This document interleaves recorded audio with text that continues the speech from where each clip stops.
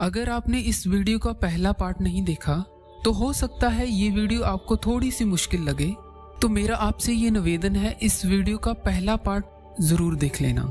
मेरी हर एक वीडियो में ये कोशिश रहती है कि आपको एक स्टेप आगे लेकर जाऊं।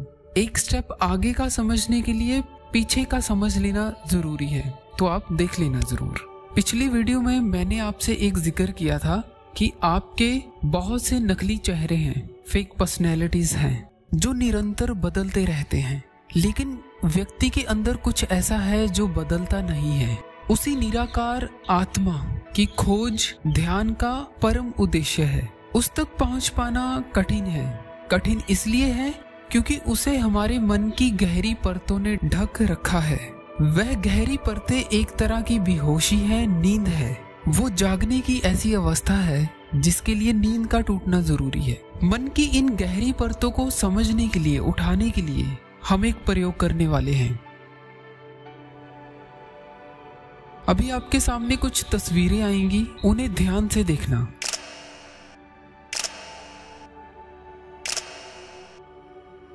मेरा आपसे सवाल ये है, आपने उन तस्वीरों में क्या देखा?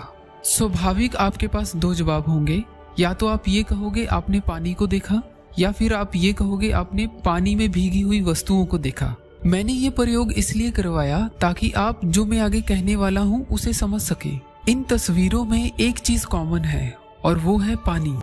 यहाँ पे ध्यान से समझना। आप पिछली वीडियो में जो मैंने आपसे नकली चेहरों की बात की थी, वो चेहरे इन पानी में भीगी हुई वस्तुओं के जैसे हैं, और व्यक्ति के अंदर जो आत्मा है वो पानी के जैसा है। मैं इसे और भी आसान भाषा में आपको समझाता हूँ। जैसे ही पानी किसी भी वस्तु पे पड़ता है, वो उसी वस्तु का आकार ले लेता है।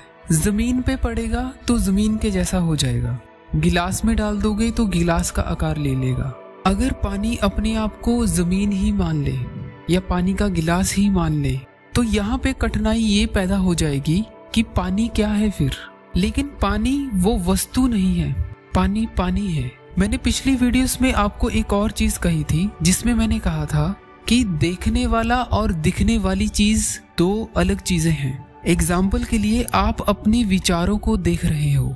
विचार तो हैं, लेकिन विचारों को देखने वाला कौन है? जैसे ही पानी किसी वस्तु पे पड़ता है तो वो वस्तु के जैसा ही दिखने लगता है। ठीक वैसे ही व्यक्ति के अंदर जो देखने वाला है, जैसे ही वो विचार को देखता है, वो जैसे पानी किसी वस्तु पे पड़कर उसका आकार ले लेता है, वो निराकार चेहरा उस विचार पे पड़ते ही उस विचार का रूप ले लेता है।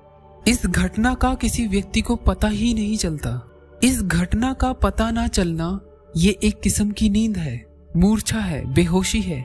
जैसे एक व्यक्ति को सुसाइडल थॉट आता है और व्यक्ति क्या करता है, उस थॉट को ही अपना पूरा अस्तित्व मान लेता है, और वो एक थॉट में इतनी ताकत है, वो कहता है कि मर जाओ, और व्यक्ति आत्महत्या कर लेता है। ये इस नींद में चलने का दुष्परिणाम है। एक थॉट आपकी पूरी जिंदगी पे भारी पड़ जाता है। वो इसलिए क्योंकि व्यक्ति सोया हुआ है। सोया हुआ व्यक्ति फिर ध्यान भी नहीं कर सकता।